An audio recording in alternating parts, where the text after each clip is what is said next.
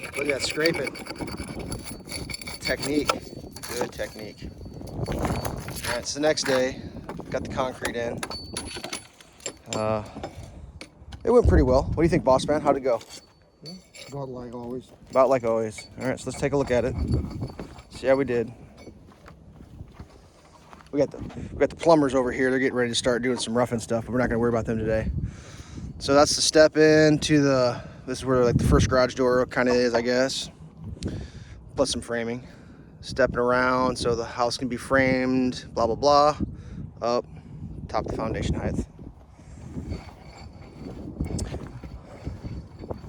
No real disasters happened. Got a little out of control down here. Kind of spilt. Yeah, we got it cleaned up pretty good. We were having kind of angled issues with the truck. This is all shot from the truck chute. We didn't pump this, so like it was getting to the point where it was like we were at full 90 degrees, or as far as the chute would swing, it was barely making in. And yeah, I might have raised my voice a few times, but he's just doing the scrape. He loves to scrape afterwards, do the cleanup. So here's where that door drops in for that rear garage door. It's probably not a very good video right here, but passenger door. We did this pre-drill hole so you can see if the concrete came up. It all popped up good.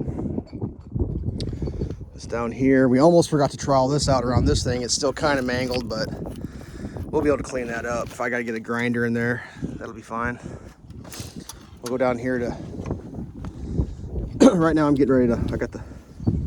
If you've never seen one of these before, this system, that ball system and that hitch right there, bee's knees. So I'm getting ready to tear all this down, but we worked a little later than normal yesterday, so I didn't actually want to keep filming. So I quit. Went home about 6 o'clock. Did a long walk around. Doing a good job there, boss man. Keep scraping. The one bad thing is that these bounce. It's an elastic cord, so sometimes they get a little bouncy on you. So we ended up having to do a little bit of skid loadering.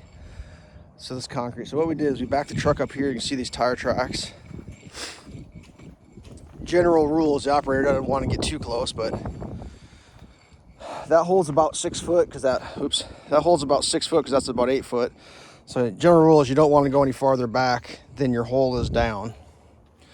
So we were able to, from the chute, launch it in that hole, which that got extra because he thought we were filling the hole. So I was like, dude, shut that thing off anyways. And we kind of launched it in that hole. That was a little precarious. Had to get a piece of plywood involved. And then after that, skid loadered it into that hole with shovels, skid loadered it in that hole with shovels just because the skid loader bucket was already full of concrete.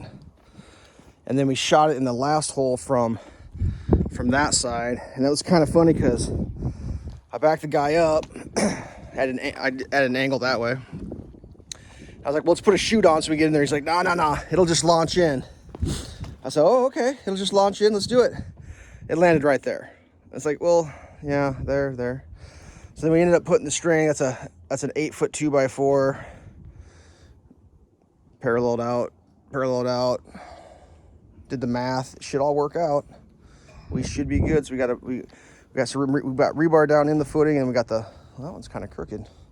Want to give him a little bendy bend. Well, that's what's nice about steel is you can bend it.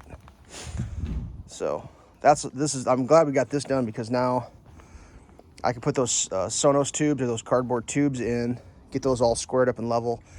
And then when we pour that next foundation section, we'll pour this too, and that'll be done. Boom, backfill that shit. I'm done with that crap. I'll frame in the deck and all that whenever I want to. Well, let's see how the neighbors are doing. I'm sure there's not much change because I think it's all, everything that's gonna just color, that'd be it.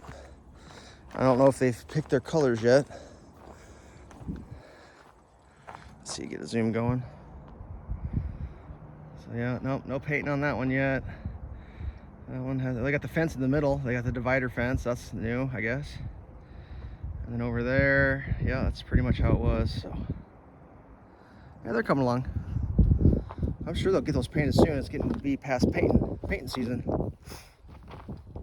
So yeah, I think the plumbers today are going to be doing the roughing in the basement floor. You can kind of see there's a pile of pipes right there. That's going to get all stuck in the floor and stuff. I don't know if they're trenching in. I talked to them a little bit earlier. They don't mind being filmed, but they don't want to be super filmed, so we'll make a separate video about the plumbing. I think Boss Man's over there checking in with them. I'm gonna pull all this off right now. And yeah, we got a pile of concrete there because Boss Man said just empty it. This all gets buried. I stuck concrete around these pylons. Oh, come on. Stuck concrete around the pylons to stiffen them up. It was a little more than we thought would be left over, but once the guy opens the thing on full blast, that's how it goes. But it gets filled with 2 foot of dirt in there, so it doesn't matter. It makes no never mind. So that's the end of this one. It's cold this morning. It was 37 degrees this morning. Brr. All right, stay safe.